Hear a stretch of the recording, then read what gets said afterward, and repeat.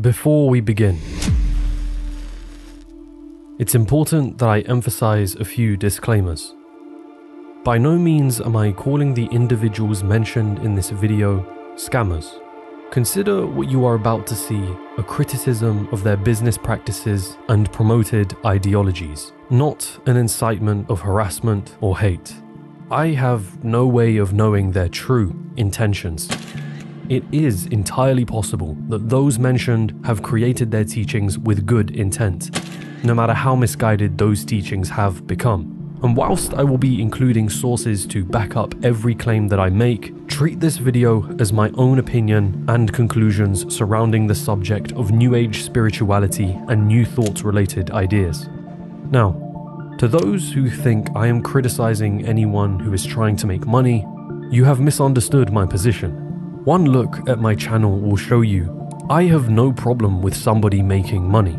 However, I do take issue with the context surrounding how they make their money. A lot of people actually were in my group were attending the events, the courses, in a hope to make money so that they could feed their family, but unfortunately they have lost it. New Age spirituality has seen incredible growth in the mainstream, having a huge influence on the self-help industry thanks to figures like Napoleon Hill, Rhonda Byrne, and others who I will be discussing further. But what seemingly goes unnoticed is the booming business behind it that I think does more harm than good. When you recognize your vibrational frequency, you're drawing into yourself all the time, literally, the vibration that is most like what you're putting out. Right. There was a woman who had cancer who refused medical treatment because she believed in the secret. In this video, we'll take a look at some of its most influential figures, its roots, and how it is fundamentally built from a flawed and dangerous disregard for reality. Now, it would be impossible for me to cover the entirety of the New Thought movement in just one video. So bear in mind that there will be influential figures in this industry that I fail to mention or decide to cut. However, I want you to take notice of the patterns. From multi-level marketing, to scammers, to self-help, to pseudoscience, to subtle deception. I'll aim to demonstrate why I think New Age spirituality has inherently allowed itself to become the perfect grift.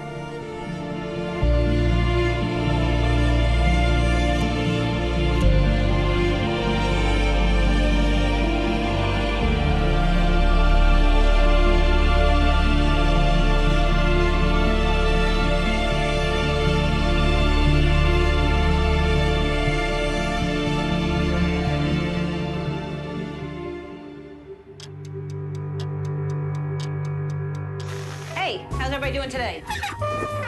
Me too. All right, here's what I want to talk about today. Working in an office. Class exclusive all-wheel drive, a premium navigation. This low everyday price is here to stay. We'll get you approved in 30 minutes or less, I guarantee it. Did I know at the time, out of my greatest despair, was to come the greatest gift. I couldn't believe all the people who knew this. They were the greatest people in history. I began searching for people alive today who know the secret. You know, this secret gives you everything you want. In 2006, Rhonda Byrne released her film, The Secret, a film that promised to change your life, featuring various gurus who promoted an idea that could bring you health, wealth, and happiness. That idea was the law of attraction. Everything that's coming into your life, you are attracting into your life. And it's attracted to you by virtue of the images you're holding in your mind. A film that suggested being overweight came from thinking fat thoughts, or that the only reason a person does not have enough money is because they are blocking money from coming to them with their own thoughts. The secret is the law of attraction. It was a feel-good message. The film exceeded $65 million in sales and became something of a cultural phenomenon. Have you heard about it? This is The Secret. Talk about this DVD has been spreading around the world. I had friends that were telling me that The Secret is real. A girl I knew sent me a book called The Secret. She was like, listen, David, this is gonna help you. But what you are also witnessing here is a success of another kind. A success at rebranding an idea that had been cultivated for many years before Byrne's film. Fast forward to present day, and you'll find no shortage of gurus promoting these same rehashed ideas. The moment you start feeling abundant and worthy, you are generating wealth. 3 law of attraction truths that I wish I knew earlier. Whatever you can see in your mind, you can hold in your hand, whether you want to be a millionaire, whether you 7 steps to speed up the law of attraction using your spiritual powers. Here we establish the first pattern of this industry, targeting a vulnerable audience. Those who are struggling financially, having relationship problems, or suffering from a disease are particularly favorable. Or perhaps you're just searching for answers. This idea, this law of attraction, seems to serve up answers in such a simple yet idealistic way. And the truth is, you can actually get whatever you want in life. Whatever you can see in your mind, you can hold in your hand. Whether you want to be a millionaire, whether you want to... gives you 3 ways to manifest money within 24 hours. How would you like to get your ex back? The law of attraction may be the power you need. When you're vulnerable or desperate, critical thinking is dulled, and feeling and emotion cloud your decision-making abilities. So when you're presented this secret, a secret that promises to change your life with so little effort, who could possibly fault you for wanting to believe? The bait has been set, but you have to understand, the law of attraction is only one branch of a bigger belief system. To understand the problems with the ideas Rhonda presented, you have to examine the roots of where it all began. From here, you can trace the same patterns and the influence it's having over the gurus we see today.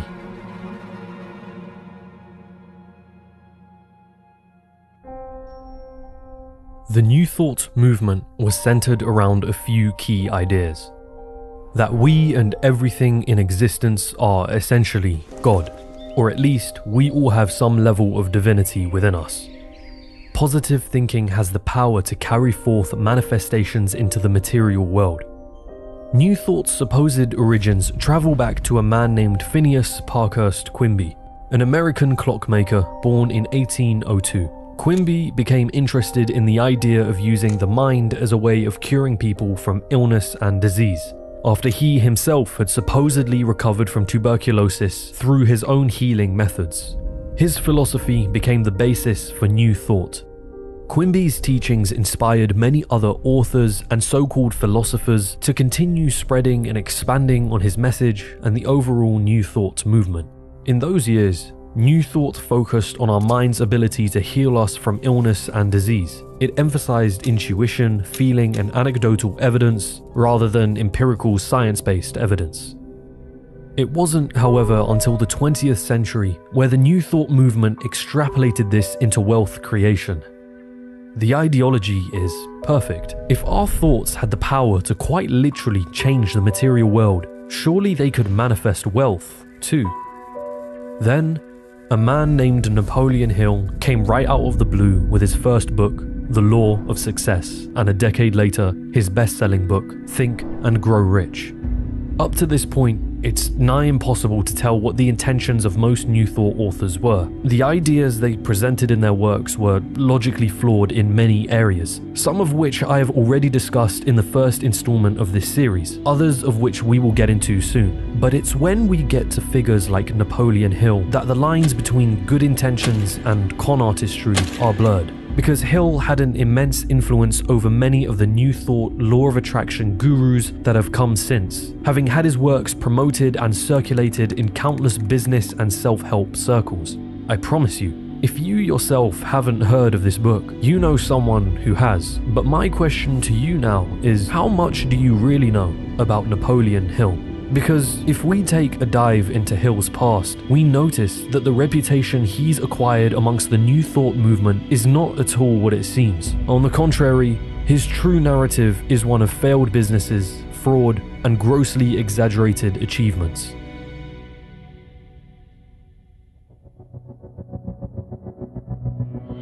Think and Grow Rich echoes much of the New Thought sentiment, especially when it comes to the pursuit of riches, highlighting how our thoughts and our desires can be transmuted into their financial equivalent. Hill even goes as far as to use examples in which thoughts have been able to cure deafness, including his own sons. This is a book that Napoleon claims he was tasked with creating after meeting one of the richest men in the world at the time, Andrew Carnegie, whereby Carnegie tasked him to interview some of the most successful men in business and learn the secrets to their success. But go a little further down that rabbit hole and you'll realize Hill may not be the person he is so commonly portrayed as by his fans or his own works. In 1907, 30 years before the release of Think and Grow Rich, Hill co-founded the Acre Hill Lumber Company in Mobile, Alabama. Only a year later, the Pensacola Journal reported that the company was liable to bankruptcy proceedings and charges of mail fraud.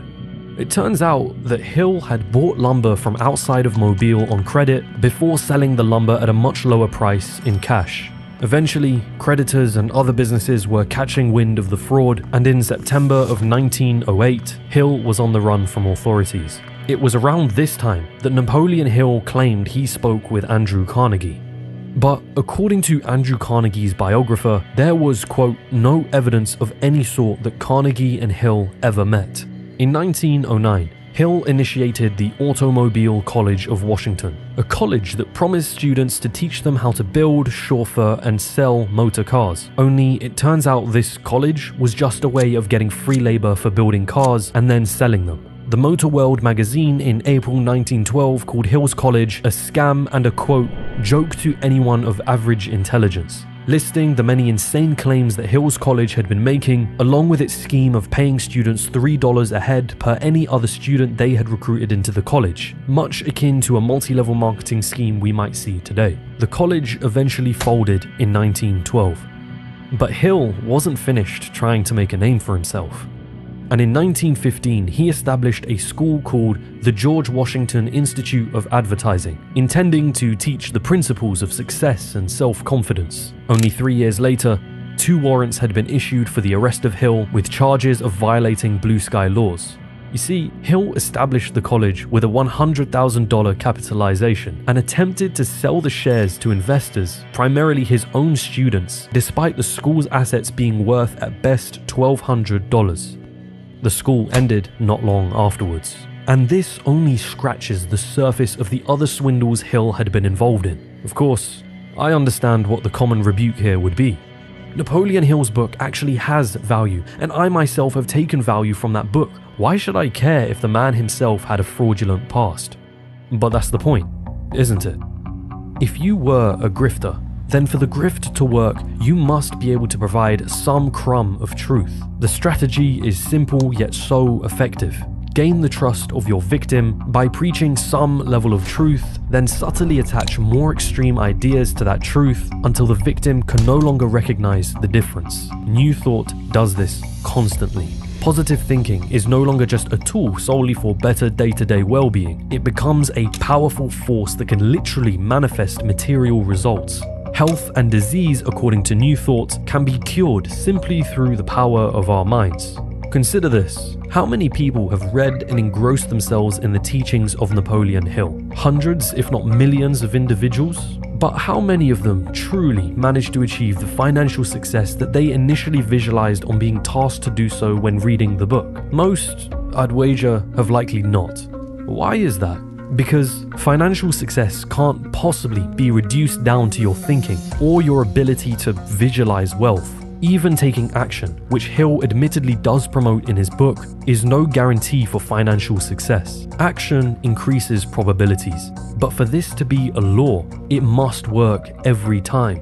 And yet, New Thought is fundamentally unfalsifiable. We can't measure thoughts and feelings, nor the supposed vibrations thoughts and feelings have. And that's just the thing, see? The best grift is the one that leaves the grifter blameless. Anyone right now can write a book or sell a program on the law of attraction. They can run ads targeting vulnerable consumers, and best of all, if their teachings don't work, the blame never falls on them. It's always your fault. You didn't believe enough. You weren't thinking positive enough. You had resistance. You weren't patient enough. Now, the price of a book doesn't seem daunting. If you only spend a few dollars and glean some value from it, then it seems rather harmless and possibly worth the money. But how would you feel if the price of said book was a figure much higher than just a few dollars? How would you feel about someone promoting a secret or guarantee of success for much larger amounts of money? Napoleon Hill's book has been an inspiration to many as the New Thought movement continues to grow, inspiring much of the self-help industry we're consumed by today, two of which went by the names of Jerry and Esther Hicks. We'd like to ask Abraham to come and speak to us. Okay, it just takes a few seconds. I won't move much.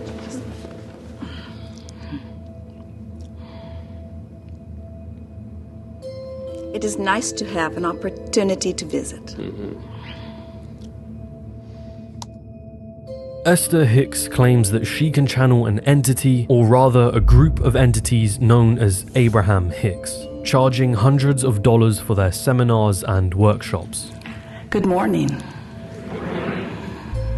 Members of the audience are invited forward to pose a question to Esther, or more specifically, the Abraham entity she is supposedly channeling. Hi, it's nice to see you again. Thank you again, and thank you to Esther.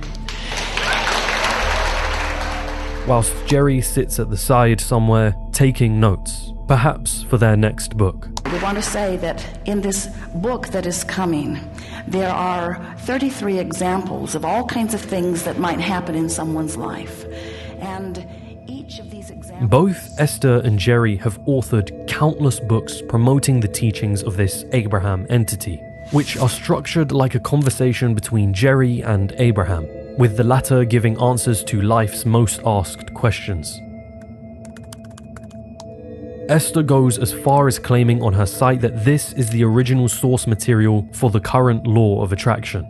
In fact, many in the law of attraction community suggest that Rhonda Byrne's film, The Secret, was just a watered-down version of Hicks's teachings, and it's precisely because of Esther's reputation as the most authentic one out of the two that I think it's worth discussing her. Because upon closer inspection, we see that much of Hicks's teachings are exactly what we've come to understand from New Thought.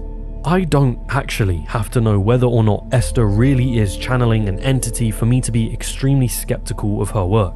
The contradictions and problematic teachings speak far more to her legitimacy than any claims of channeling. In Esther's book, The Law of Attraction, one such problematic teaching centers around the idea that a victim of a robbery is a co-creator of the violence inflicted upon them. Jerry states, I can understand robbers being attracted to those they're robbing, but it's difficult to see innocent victims attracting the robbery, or the person being discriminated against attracting the prejudice. Hicks responds, they are just the same. The assaulted and the assaulter are co-creators of the event. If you think Hicks's response here is a one-off, you'd be mistaken. She emphasizes this point numerous times. Take a moment to truly consider the level of victim blaming and lack of accountability that such a position would lead to. Or, instead of a robbery, imagine a child born into poverty who starves to death before the age of 5. According to Hicks's teachings, these children were co-creators of their fate. And this isn't a belief shared just by Hicks alone. This is a fundamental premise in all of New Thought. By this logic, we can say that the perpetrators of countless crimes shouldn't be held accountable. After all, they are just the product of their victims' vibrational frequency. Any rational person can see the danger of this thinking. But as we've come to learn, for the preacher of such ideas, this logic is perfect. Because all who complain that they haven't been able to manifest health, wealth, abundance, or whatever dream we've sold them on, we can tell these people that it isn't the fault of our belief system that they didn't get what they wanted. It is in fact their fault. And as we peddle more of our workshops, write more of our books, we have an excuse each and every time someone attempts to challenge our ideas.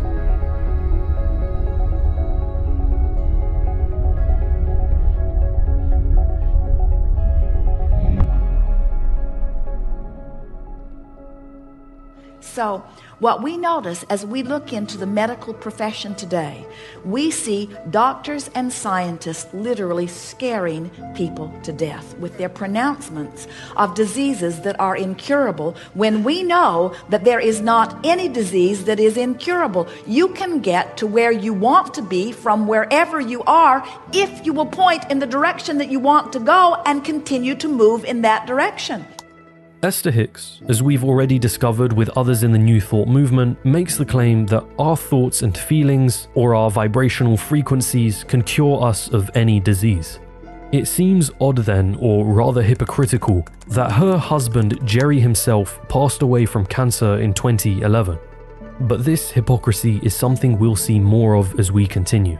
Now, you might ask, why bother adding all the metaphysical and pseudoscientific ideas in the first place? If Esther and Jerry were truly trying to con people or just make a ton of money, wouldn't it have appealed to a bigger market if she simply passed herself off as a life coach, rather than turning potential customers off of her works by claiming that she could channel another entity? I, however, disagree. It's my opinion that the addition of spirituality and channeling is actually an incredibly clever marketing device, because now life advice turns into the teachings of Abraham. And if one wants to hear the teachings of Abraham, they must go to the source. They must go to the person who is claiming to channel this divine entity. This creates scarcity around Hicks's business of answering humanity's burning questions. And the scarcer the product, the more valuable it becomes. So when you're given an eye-watering price tag, no one bats an eyelid. It is my opinion that New Thought's use of spirituality and pseudoscience serves this exact purpose, allowing your teachings to seem more valuable in the marketplace. It is my opinion that the use of an Abraham entity is more of a marketing device than anything else, conceived from the foundation of Jerry Hicks's past career as a high-level distributor for the multi-level marketing company Amway. A company that preached ideas like the law of attraction and books like Napoleon Hill's Think and Grow Rich, because they recognized that in order to keep members inside the MLM scheme, they had to blame themselves if they didn't achieve the goals the MLM promised. Either way, none of this stopped Oprah from inviting Esther for an interview years later, just as she had done with Rhonda Byrne. And that for over 20 years, Esther Hicks and her husband Jerry have been spreading the word of that so-called secret. It didn't stop the Abraham Hicks money-making machine from running as usual.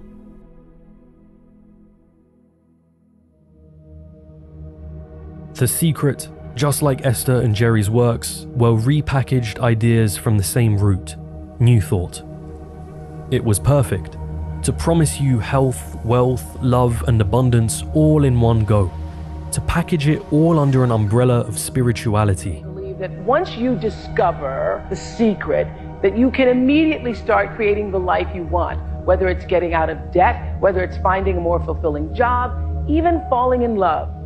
Rhonda's film earned her millions, and it gave an incredible boost to the careers of the supposed teachers it featured, allowing them to branch away from the franchise to run their own coaching businesses and cash in on spiritual retreats. But I remind you, New Thought is a belief system perfectly designed for grifters who don't care for the desperately ill, poor, and helpless who line their pockets, leading them to push incredibly dangerous ideas onto their victims. So I thought, what if I just visualize checks coming in the mail? So I just visualize a bunch of checks coming in the mail. Within just 1 month, things started to change. And it is amazing. Today, I just get checks in the mail. I get a few bills, but I get more checks than bills. But now serious questions have been raised about his business dealings. In this exclusive investigation, Ben Fordham has found investors left high and dry and demanding justice. A former student of Shermer's who spent $30,000 to learn about the stock market. Part of the funds were supposed to be put into a trading fund, and David would then trade those funds on the futures stock market. What happened to that fund? Well, we don't know. It's their money. They paid you the tuition fees. It's not their money. And you told them that you would take $5,000 out of each person's tuition and trade it on the market, and they would receive 50% of the profits. They never received any profits. Where's the money? That money, and come back to the original question. Where is the money? Please answer the question. The money, and someone asked me recently the same question. Where is the money, David? Please answer the question. Where is the money? Where is the money? You tell me.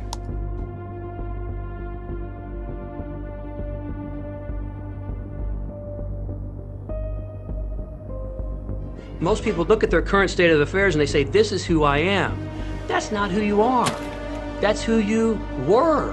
And so you must continually invest in yourself. You've got to grow in every single way. Your money is nothing more than the amount of energy, paper energy, that you have in your pocket or purse. Hey, what's the problem? 2 people, not breathing, with no pulse. Yes. Police are focusing their investigation on James Arthur Ray, the motivational speaker and self-help guru who ran the 5-day retreat. Over 60 people were in the sweat lodge for 2 hours as the culmination of Ray's spiritual warrior retreat. It was pitch black inside and extremely hot. When it was over, 2 people were dead. Kirby's life ended while she was trying to improve it. That's when she found self-help guru James Arthur Ray. And I can help you. I really can. The motivational speaker had already built a multi-million-dollar business, launched by the popular movie The Secret. She reached one of the highest level workshops, a retreat, which cost her her life savings, $10,000. Do find the defendant, James Arthur Ray, on the offense of negligent homicide as a result of the death of Kirby Brown as follows: guilty.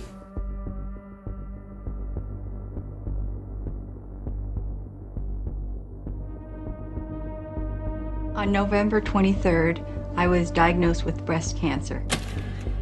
I truly believed in my heart, with my strong faith, that I was already healed. I saw myself as if cancer was never in my body. From the time I was diagnosed, which was November 23rd, to the time I was healed totally, was approximately 3 months.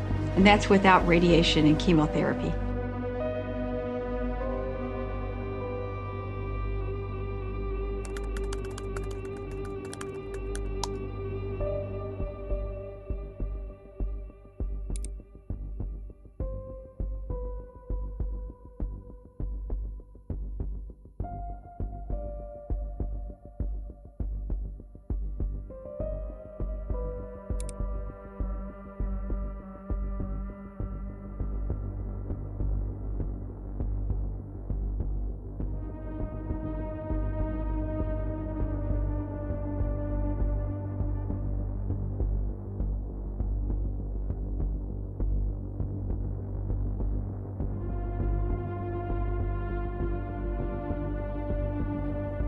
You will attract everything that you require. If it's money you need, you'll attract. If it's people you need, you'll attract. If it's a certain book you need, you'll attract. Bob Proctor is a preacher of the law of attraction, appearing numerous times during Rhonda Byrne's film. But perhaps you may not know, Bob Proctor had also been a big promoter of the multi-level marketing company Vemma, a company that specifically targeted universities, aiming to find teenagers and young adults who are filled with dreams of wealth and fame. Here you create your own income. You can be 16 and make as much money as you want. You can be 85 and make as much money as you want. Why would you let somebody else tell you how much money you're worth? That doesn't make sense to me. Bob Proctor made several appearances at their events, as his books were promoted amongst Vemma's young distributors. In fact, I introduced my own wife to the company, and she earns tens of thousands of dollars now. Now, I recommended that she join a company called Vemma, and I recommended it because I know the man that owns the company. And there's a company I'm working with, Vemma, and I'm working with their people worldwide. Because I'm going to tell you, this is one of the best opportunities for time and money freedom that you're ever going to find. The opportunity that you're looking at here with Vemma will give you that. And Charles is going to explain an idea about Vemma, about what a phenomenal product it is, but what a phenomenal compensation plan. Now, I've got a reputation that is worldwide. I wouldn't do anything to stain or do hurt my reputation. In 2015, the company was shut down for essentially being a pyramid scheme. Alex Morton, one of the figureheads for Vemma, later went on to promoting a similar multi-level marketing scheme. My name is Alex Morton, and I'm the Executive Vice President of iMarkets Live. Now, who else do you think promotes iMarkets Live? attending and speaking at their conferences. Mr. Bob Proctor. I believe that's the goal of all thinking people that join the I Am Academy. There's such a phenomenal opportunity here. But of course, this is no issue to Bob Proctor, as he can continue promoting these schemes whilst charging for his own self-help courses and programs. You are all, and I am, God's highest form of creation. No one can guess at what you and I are capable of doing.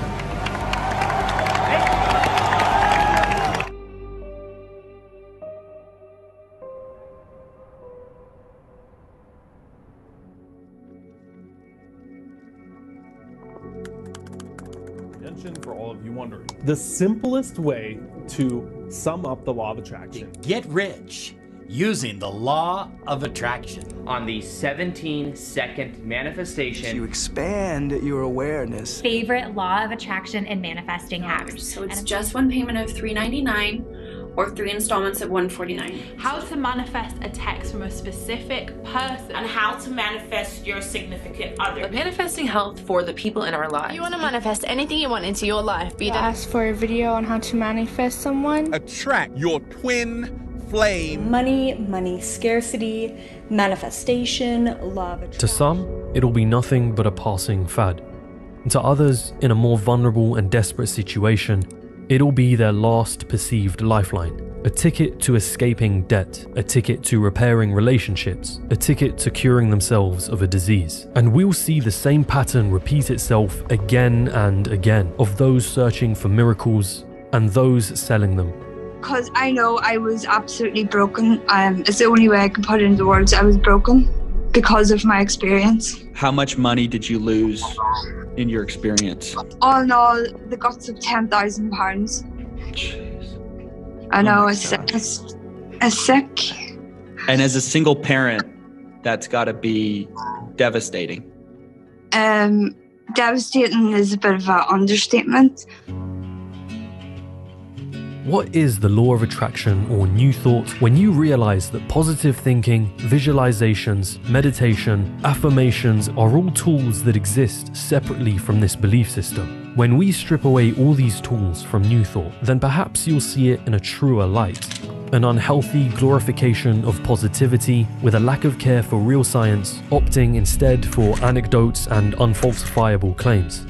Of course, science isn't able to explain everything yet. The problem of consciousness is a real one. But when I look at New Thought or New Age spirituality in general, it doesn't seem truly interested in these ideas. It instead uses spirituality to promote great dreams and a feel-good message that dumbs down complicated issues like obtaining wealth or disease into metaphysical pseudoscientific concepts. It uses spirituality to avoid harsher realities about the world at large. It is guilty of the just world fallacy, assuming that positive actions will lead to positive consequences, completely ignoring the fact that sometimes those who are optimistic and positive all their lives can be run down and taken advantage of, whilst other individuals who are morally bankrupt advance successfully in their careers with no repercussions.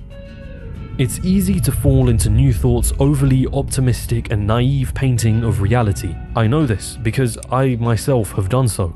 In a video on this very channel, I promoted the works of Eckhart Tolle, and although Tolle's books steer more towards Eastern and Taoist philosophy, I didn't realize that what I was promoting was still a gateway into New Thought.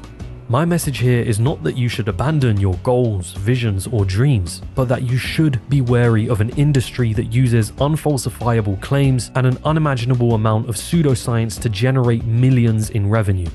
Critical thinking is a skill, and it should be honed and practiced. From looking at the New Thought movement's tendency to attract those who have questionable intentions, to its incredibly harmful claims about health and medicine, and its constant habit of victim blaming, it should be met with extreme scrutiny. And a series like this isn't going to stop this ever-growing industry. But my hope is that it gets you to see another side to this belief system, whether you yourself believe in it or whether you know someone who does. Because at some point, I'm certain, you will encounter New Thoughts or New Age spirituality, whether it be on the train home from work, whilst talking to a friend, or scrolling through your social media feed. If this series gets you to do anything in that moment, it's this: to stop, and think critically. No matter how vulnerable your situation, to not let someone bypass your reason and logic. To be able to spot when someone is promising you a dream, to spot when someone is presenting you a crumb of truth so that you accept their larger, more extreme claims as truth too. To spot all of this